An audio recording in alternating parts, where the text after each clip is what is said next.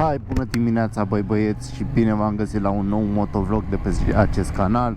Este 7 dimineața, sunt puțin cam somnoros, dar vreau să-mi spun și o părere despre turneul PvP ce s-a ținut ieri pe Kirin.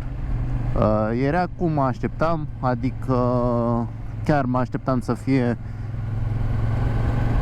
un eșec, să zic așa, dar surprinzător a fost destul de ok. Organizarea ok, na, pana mea, după cum știți și eu fac parte din comunitatea Map 1, nu puteam să îi luăm pe toți de mânuță și să-i aducem, însă foarte, foarte dezamăgitor din partea playerilor, cu atât de mulți playeri pe Ruby Kirin, să se prezinte doar 30 de persoane la turneul acest PvP, care toți, când a fost pe Tiger Ghost, știți și voi acolo în comentarii, la Luigi, la cine a mai fost live, nu mai știu, mi se pare că și Brânză, da, în fine, la toți ziceau, mamă, de se face pe Kirin, o să fie bombă, o să vin și eu, o să vin și eu, o să vin și eu. Alții care, la fel, eu pun 1000 de oni, eu pun 1000 de oni, și ce să crezi, fraților, când a venit faptul să pună onii ăștia, nu i-a mai pus. Și cred că știți și voi despre cine e vorba, americanul. Dar na, lasă că am pus noi, am rezolvat și treaba asta. Dar din partea playerilor mari mi se pare un mare eșec. Adică, frate, te bați în piept că faci, că treci cel mai bun de pe server și toate astea, și când e vorba de PvP, da, când e în altă parte, când e asta, da, noi facem, noi batem. Și când am făcut turneul pe Kirin, ghiși ce? Doar 5-6 persoane de level 1 campioni s-au prezentat. Adică, hai să fim serioși, unde sunt ăștia care ziceau că sunt cei mai buni de pe server? Unde sunt ăștia care ziceau, bă, faceți PvP pe Kirin și ăstea? Și după aia au pretenția, bă, dar de ce nu se face oare PvP pe server? Păi dacă voi nu participați aici să vadă și cei de la Gameforge implicare și că vreți să facă și ceva în direcția asta de PvP, cum vreți, tată, PvP-uri? Și plus de asta, de ce nu veniți? De ce n-au venit? Dar este sindromul, eu sunt cel mai bun în tastatură, dar în fapte nu.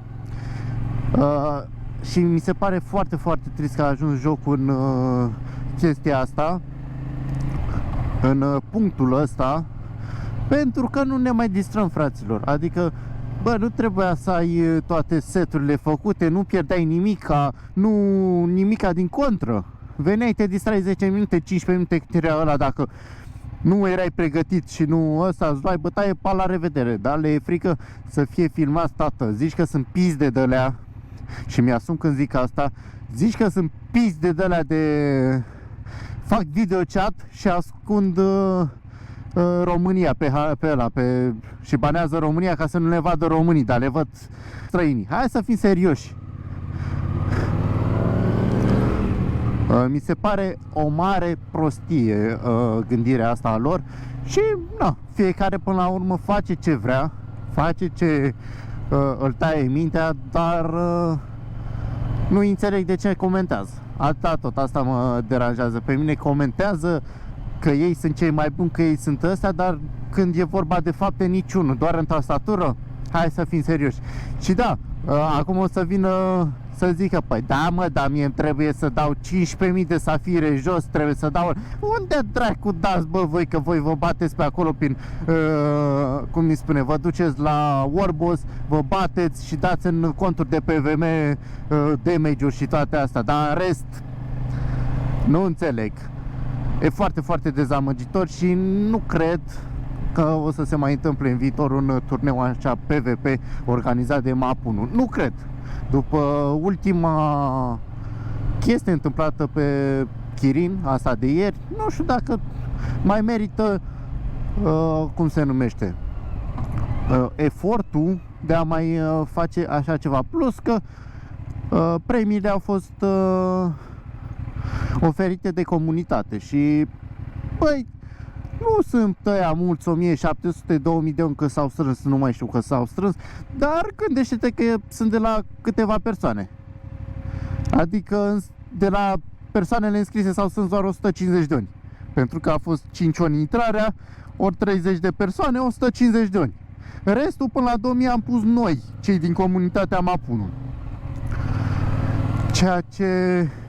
Și ăsta e un punct de vedere. Pe Kirin pe Tiger Coast am mai avut puțin sprijin din partea Gameforce și Hero cu niște premii, dar aici pe Kirin nu am mai avut. A trebuit să punem tot noi.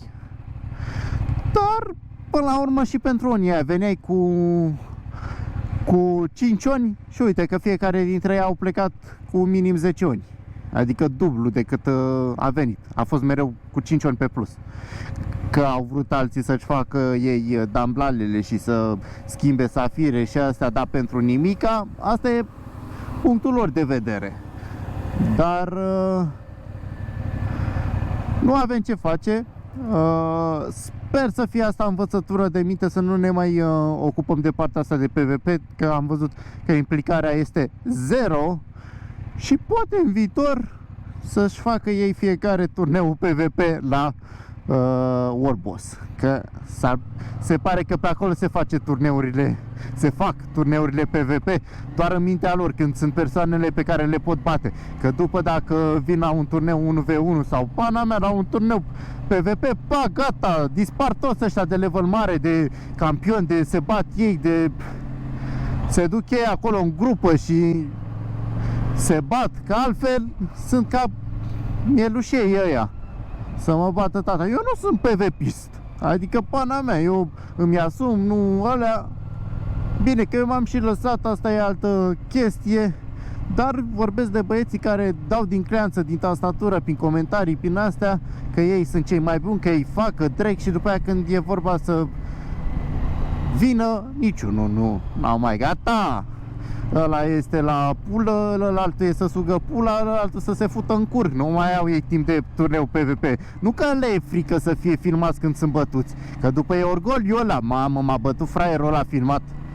Păi te-a bătut că ești slab, tu doar ești bun pe tastatură, atât. Sau când ești în grup cu alții, sau dai în ăia PVM. Că dacă te bați cu unul PvP, ești zero. Nu știu de ce mulți dintre ei gândesc că sunt buni, dar de fapt sunt proști. Dar na, ei pierd. Trebuiau foarte mult și de level mic. Da, hai să zicem că pe ăștia mari înțeleg că au sindromul ăsta, se fut în cur pe oni. Dar și aia de level mic nu înțeleg de ce nu s-au prezentat la PvP. Bine că nici nu sunt foarte, foarte mulți pe ăsta, cum se numește, pe Ruby Kirin. Dar trebuiau mai mulți, e imposibil, că ei văd pe map 1, map 2 care se bat, care vin, se bat și alea. Trebuia să vină de distracție, măcar să susțină turneul PvP. Nu mare chestie, că uite, plecau cu ceva acasă, chiar dacă veneau acolo o jumătate de oră și se băteau. La level mic, unde faci tu în 5 oni în plus într-o oră, să zicem? Nu știu dacă poți să faci undeva așa rapid 5 ori. Dar na, asta e, ei pierd. Pe viitor cred că nu o să se mai întâmple niciun eveniment PvP, prea mult efort pentru nimic. Uite, de exemplu, acum 30 de persoane au fost pe Ruby Kirin înscrise. Adică și serverul clohote de playeri și plus de player noi. Dar mentalitatea asta proastă i-a făcut să nu mai vină, să nu intre și au avut de pierdut cât să se mai întâmple. Pe Tiger a fost cât de cât ok, dar pe Kirin a fost un mare eșec din punctul meu de vedere. Dar asta este. Părerea mea este că nu mai merită să mai bată comunitatea Mapunu capul pentru turneele PvP, pentru că, na, după cum vedeți și voi, este un eșec total, pentru că te pregătești cu o lună înainte, bagi tot ce ai de băgat acolo, faci totul și după aia vine un gigel de ăsta că n-am văzut, domne. Cum dracu, că erau și în ăla, cum se numește, și în in-game erau anunțuri date, pe Discord erau zilnic date, adică, mă rog, cam asta este părerea mea, că nu o să se mai întâmple niciun turneu PvP și aia e. Ei au de pierdut, nu comunitatea, Mapunul, și asta e. Să se ducă să facă PvP la chei și la unde dracu să mai duc, la Warboss. Și da, bă băieți, vreau să îmi spuneți și voi cum vi s-a părut din punctul vostru de vedere acest turneu PvP. Vreau să spuneți și voi părerea voastră, pentru că din punctul meu de vedere este mult mai importantă părerea voastră despre acest turneu, cum a fost și cum ăsta. Noi din partea organizatorilor, cel puțin eu nu m-am implicat foarte mult, sunt sincer și nu vreau să mănânc căcat că eu am făcut antresam alea. Eu nu m-am implicat la turneul ăsta, eu m-am implicat la cel de pe Tiger Ghost mai mult, chiar dacă nu jucam acolo. Însă iar ce mi s-a părut aiurea din partea celor care joacă pe Tiger Ghost, nu toți, dar sunt unii care, da, și din comunitatea noastră Map1, care ei ziceau că nu au de ce să ajute pe cei de pe Kirin, nici măcar cu o promovare sau ceva, pentru că n-are rost să ajute. Mi se pare o chestie de prost gust, pe lângă faptul că noi cei de pe Kirin am ajutat la cel de pe Tiger Ghost foarte, foarte mult.